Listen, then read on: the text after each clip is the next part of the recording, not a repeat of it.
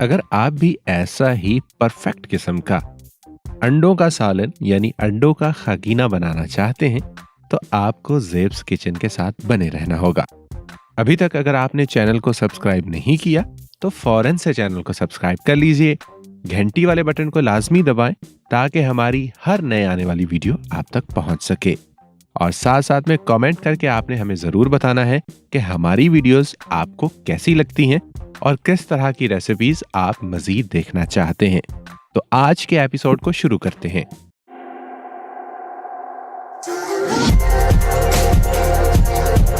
बिस्मिल्लाहिर्रहमानिर्रहीम। जेब्स किचन के एक और एपिसोड में आप सबको खुशामदीद कहते हैं। अंडों का सालन यानी अंडों का खागीना बनाने के लिए हमें जिन अज्जा की जरूरत है आइए देखते हैं।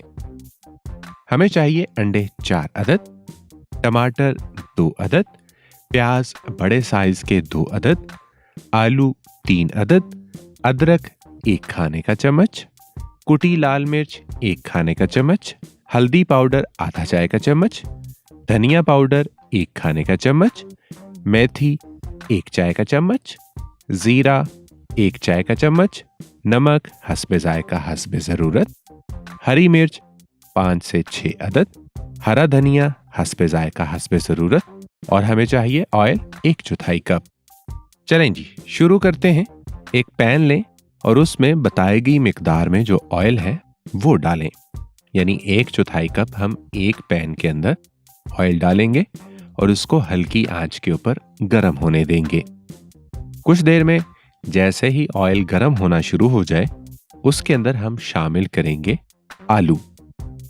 जो हमने आलू आपको बताए थे वो आलू आप इस तरह से काट लें, यानी बहुत बड़े नहीं होने चाहिए।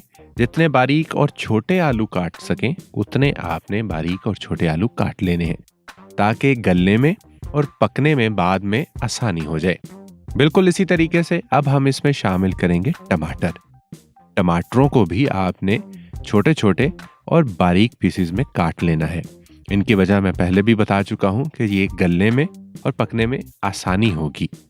हमने टमाटर शामिल किए, उसके बाद हम इसमें प्याज शामिल करेंगे, जो अदरक है वो हम शामिल करेंगे और साथ में हरी मिर्च।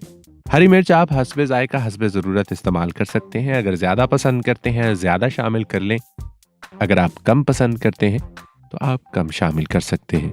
बाकी प्याज को भी आपने उसी अंदाज से उसी तरीके से बारीक बारीक काट लेना है। हमने शामिल किए आलू, टमाटर, प्याज, हरी मिर्च और अदरक। अब मसाला जात की बारी है। मसाला जात में हम शामिल करेंगे यहाँ पर जीरा, नमक, कुटी लाल मिर्च, हल्दी और मेथी। नमक आप हस्बे जायका हस्बे ज़रूरत शामिल कर सकते हैं। इन सब चीज़ों को शामिल करने के बाद अब हम इसमें आहिस्ता आहिस्ता चम्मच को हिलाना शुरू करेंगे और चम्मच आपने इस तरीके से हिलाना है कि ये सारी चीज़ें अच्छे तरीके से मिक्स हो जाएं। कुछ देर आप इसको हल्की आंच पे पकाएंगे और चम्मच को आपने हिलाते रहना है और जिससे आपको अंदाज़ा ये हो जाएगा कुछ देर के बाद कि जो आलू हैं वो गलना शुरू हो गए हैं। आलूओं को पूरा नहीं गलने देना। जब कुछ कसर बाकी रहती हो तब आपने इसमें बाकी चीज़ों को भी शामिल करना है, जैसा कि अंडे। तो खैर जनाब, ऑलमोस्ट हमारा ये मसाला तैयार हो चुका है। अब हम इसमें शामिल करेंगे अंडे। बताई गई मिकदार में जो अंडे थे उनको अच्छे तरीके से फेंट लें और फेंटने के बाद हम इसमें शामिल करेंगे अंडे। बस आपने अंडों को शामिल करना है और चम्मच को बिल्कुल नहीं हिलाना।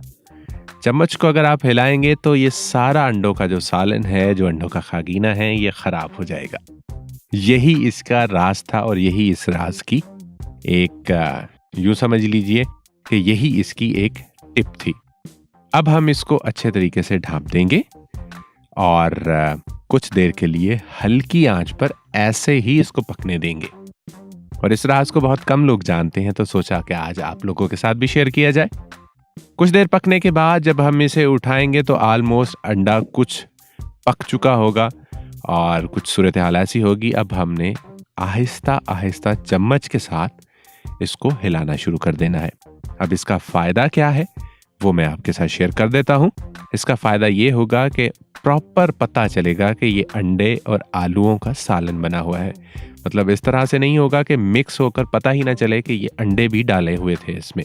और देखने में भी अच्छा रहेगा और खाने में भी आपको अलग अलग सारी चीज़ें दिखाई देंगी। तो इस तरीके से अगर आपके घर में कोई मेहमान आ जाता है तो आप इस तरीके से फ़ौरन ये सालन बनाकर आप उनके सामने पेश कर सकते हैं। एक अच्छी लुक भी आएगी और खाने में भी यकीनन उनको अच्छा लगेगा।